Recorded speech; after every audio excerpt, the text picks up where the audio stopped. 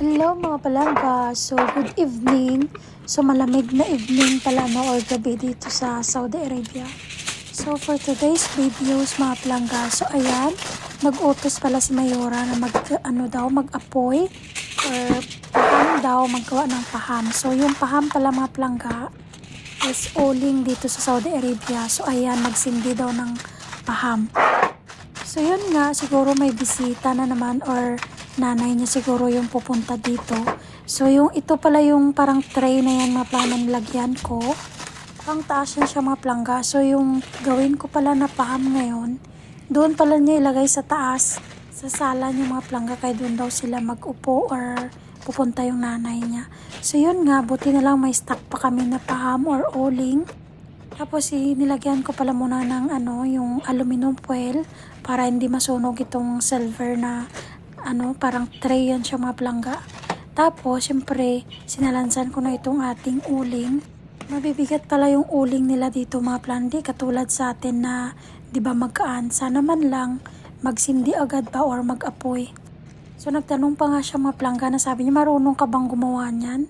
Ay naku madam, huwag mo akong hamunin kasi nga laking probinsya to, no?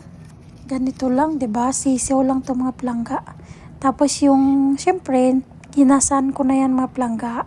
So nilagyan ko siya ng gas tapos sindihan. So ayan, 'di ba? Madali lang mga plangga. Pero sana man lang madali siyang mag-apoy mga plangga or puro na yan lahat pula mga plangga para at least dali na natin sa taas. Tapos iniwan ko na muna mga plangga kasi nga may pagawa pa siya. Ayan pala, ito pala yung kurin tawag dito or ganyan. Diyan daw ilagay yung red tea, tapos yung tea, black tea na powder, tapos milk. So ayan, inuna ko na ito mga plangga. Napakulo na ako ng tubig niyan sa heater. Tapos nilagay ko na itong black powder na tea na ito. Tapos pag kumulo na siya na ganyan mga plangga, syempre ilagay na natin siya sa kori. Yan at natawag niya, 'di ba? Ang hirap naman kasi nga ang liit ng bunganga ng kanyang kori na ito.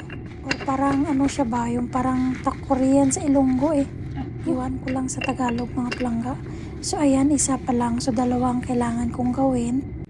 So ayan, tagalagay mga plangga, hindi talaga maiwasan na may matapon kasi nga ang liit ng bunganga ng kanyang kori.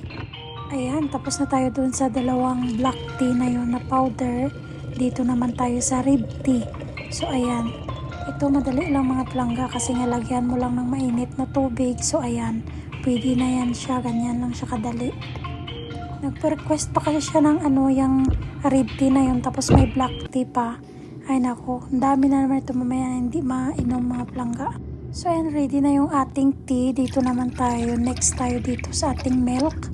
Ayan, syempre gatas. Ihalo nila yun mamaya dun sa black powder tea na yun mga plangga. Yun. I-mix nila doon yung nanay niya. Gusto niya yung ganyan. Tapos ayan, na ako ng nila, baso nila or teacup nila.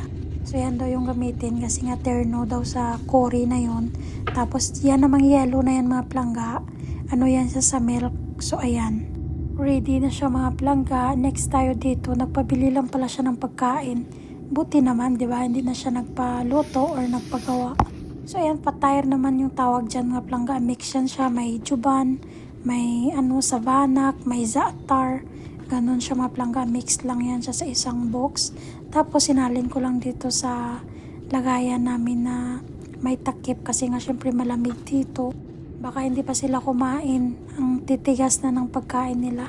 Alam mo naman dito kasi mga plangga, kahit oras na tagkain na, hindi pa talaga yan sila kakain. Hala, magsige pa sila ang daldalan.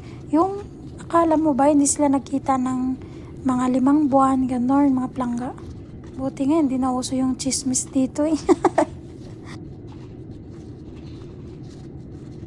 Tapos ayan mga plangga, tapos na yung ating tinapay dyan, nilagay na natin siya. Tapos binalikan ko yung aking uling, ayan.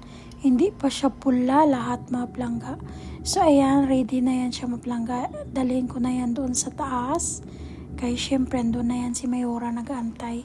So konti na lang mga plangga. So yun lang.